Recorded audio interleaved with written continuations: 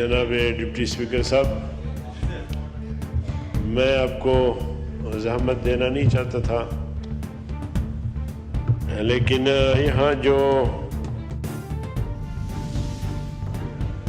मदनी मस्जिद की शहादत का वाक़या पेश आया है,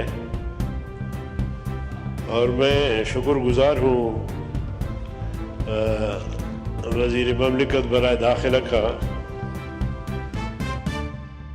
कि उसने इस मसले के हल के लिए कोशिश शुरू की। 2 मीटिंगें हमारी हुई और वो फिर आज मैं उनको सुन रहा था जो मदनी मस्जिद की शहादत पे वो कुछ फरमा रहे थे, तो मैंने भी मुनासिब समझा कि मैं उस हवाले से थोड़ी सी वजाहत करूं। जनाब डिप्टी स्पीकर साहब, मसला ये है कि मैं समझता हूँ कि मिनिस्टर साहब को इस्लामाबाद इंतज़ामिया ने गलत गाइड किया है।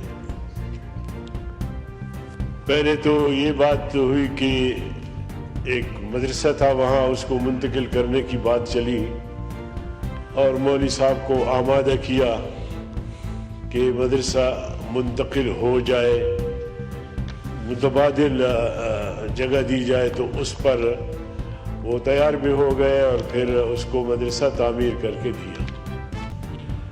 लेकिन जहाँ तक हमारे मालूमात है, मौलवी साहब भी इस बात पे राज़ी नहीं थे कि मस्जिद शहीद किया जाए, और उसके बाद हमारे लोगों ने भी इंतज़ामिया से राबिता किया। आखिरी रात तक 11-12 बजे तक इन्होंने कहा कि जी नहीं, हम मस्जिद शहीद नहीं करेंगे। अब ये मौक़िफ़ दे रहे हैं कि जी ये मस्जिद जो है ये औक़ाफ़ की है।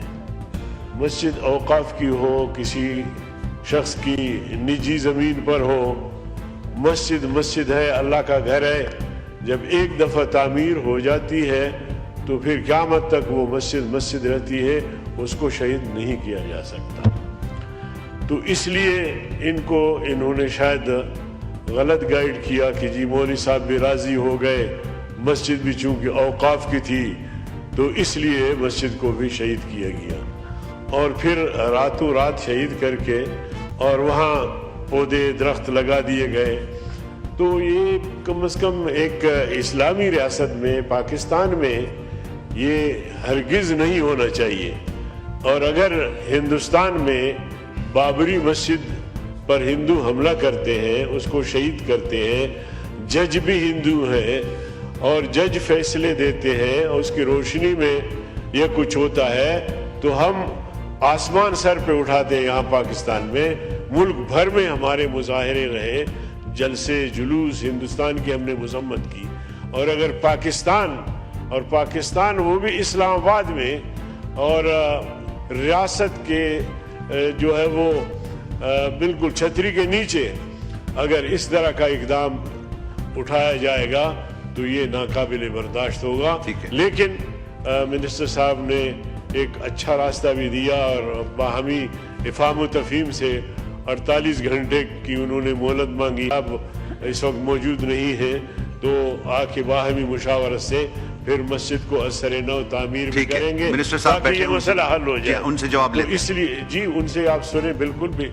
तो मैं चाहता हूँ कि इस वक्त मसला उनके और हमारे हाथ में है, हम इस मसले को हल कर सकते हैं।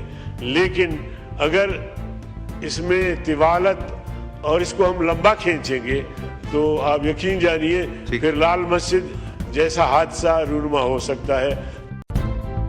इसी तरह हर तरह की latest updates, breaking news, political news के लिए वीडियो को लाइक करके चैनल को सब्सक्राइब करें और बेल के आइकॉन पर लाजमी क्लिक करें ताकि आप रहें हर खबर से बाखबर।